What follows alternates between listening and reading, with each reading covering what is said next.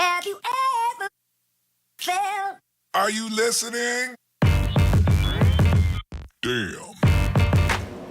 What's up, everyone? Welcome back to another episode of Race to 100. I'm Rick Storsell. And I'm Neil Patel. And we are on episode 79. So, news broke last week. I just got my second one. We are on episode 79. That made me feel good. I want to march with you, you know? Marching along, man. News broke from this past week. We've covered a lot of NBA news in the past. Yeah. And this one was a doozy. So, the NBA All-Star Game, do you know where that was supposed to be held? What state? If I guess correctly, will you give me $100? Absolutely not. Okay. It was supposed to be in Las Vegas, Nevada? Oh, funny man. It was supposed to be in North Carolina. Okay. And it turns out that North Carolina has, for the past 6 months, been fighting an uphill battle when it comes to gender discrimination. The issue at hand... Discrimination in general. Gender discrimination, racial discrimination. North Carolina sucks. Hey, now. No, I mean, they were giving my I know boy... some very nice people. Well, who was that? Who was that senator? The senator who was profiled. What was his name? Tim Scott. Tim Scott. Yeah, they were giving my boy Tim Scott a bunch of problems, and now they've been very... We love you, North Carolina. Those who are watching us from North Carolina. Yeah, we love you, North Carolina, but you guys haven't been acting right lately. But please continue, Rick. Sorry to cut you off. No.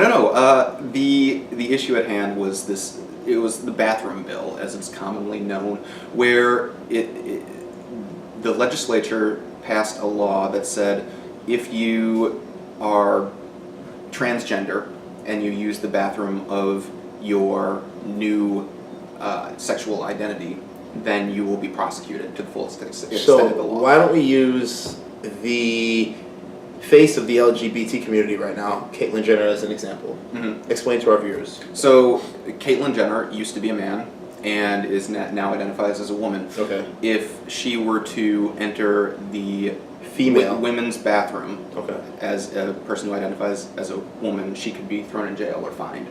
Okay. And the NBA realized that this is not okay.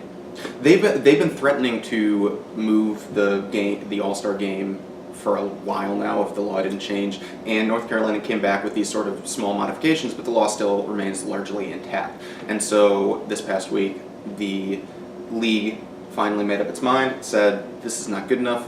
We promised that we would move if you didn't make any changes. We are now changing locations. And now you have individuals like Mark Cuban coming up like, Dallas loves LGBTQ individuals. Yeah. Come to Dallas. Yeah. Let's play at the Maverick Stadium. So it goes to show that the NBA, they're seeking to socially make a statement by acknowledging the social reform they are aiming to accomplish, and they pulled out. That was very brave of them to do. I didn't think it would happen that way. You look at the demographics of those who actually watch sports, and it's primarily white straight men and African American men. Yeah. I mean, who you would think anyway when you think of a sports fan, you think of beer belly, sitting back on a Saturday, just watching the game. That's crazy. They pulled the entire game out of Charlotte for a bathroom issue, bill, law, but obviously it has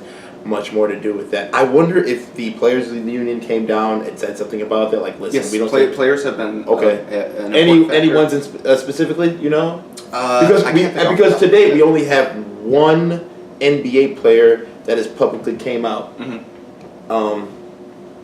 as a homosexual, but again, he wasn't even. I guess he was an active player at the time, but it was towards the end of his career. Correct. I mean, there aren't any other active players that have come out as of yet. So I'm just kind of wondering, like, who stepped down and stood up to the man for his stupid thought process. It was also a finance. I just need something to say. I mean, what am I saying? Thank you. Hey, man, I learned from the best. But yeah, it was very. I'm very proud of the NBA for doing that. It's also in the financial interest of the NBA as well, because you have a lot of other businesses end up pulling out. True. I believe Google was set to establish a new headquarters in North Carolina, and they said they're scrapping those plans. You have a bunch of other major companies that were looking to expand in North Carolina saying that they're pulling their business. So North Carolina is going to lose millions and millions of dollars of revenue because of this law, and the governor still stands by it. Even after the NBA All-Star Game was pulled, he decries the liberal media elites for portraying it as something that it's not, which, again, the bill was created with, there was no problem to instigate this bill. Like, this bill was a solution looking for a problem. No problem existed. It was not like there was a rampant issue of men going into, little girls' rooms or something like that. Yeah. That prompted this. It was meant to solidify the base. There was So basically, what Rick is saying to you guys, again, please translate. Let me translate for those of you. Let me water this down for you. Is that the governor is pretty much telling the general population no, and your response is being gay why? is not okay. There's no logical explanation why this is the law, and his response is because I said so. And there you have it. Yeah.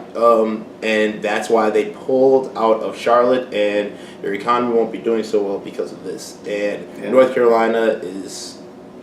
The citizens are angry. Yeah, they're very angry. Dude, they're losing. I would be mad, dude. Like if I was like getting ready to go to the All-Star game, like you know how much how cool the All-Star game is. Like it went to a small city like Charlotte, and now it's being pulled out of there because some governor can't, say that he's wrong and change his mind on something that logically makes sense. But hey, what do I know? I'm no politician. I just hang out with them, pick up a thing or two. Problem in itself. Yeah. So. But yeah, make sure you guys watch the All-Star Game 2017. It'll be interesting where it ends up. No one really knows right now. Yeah, it's up in the air.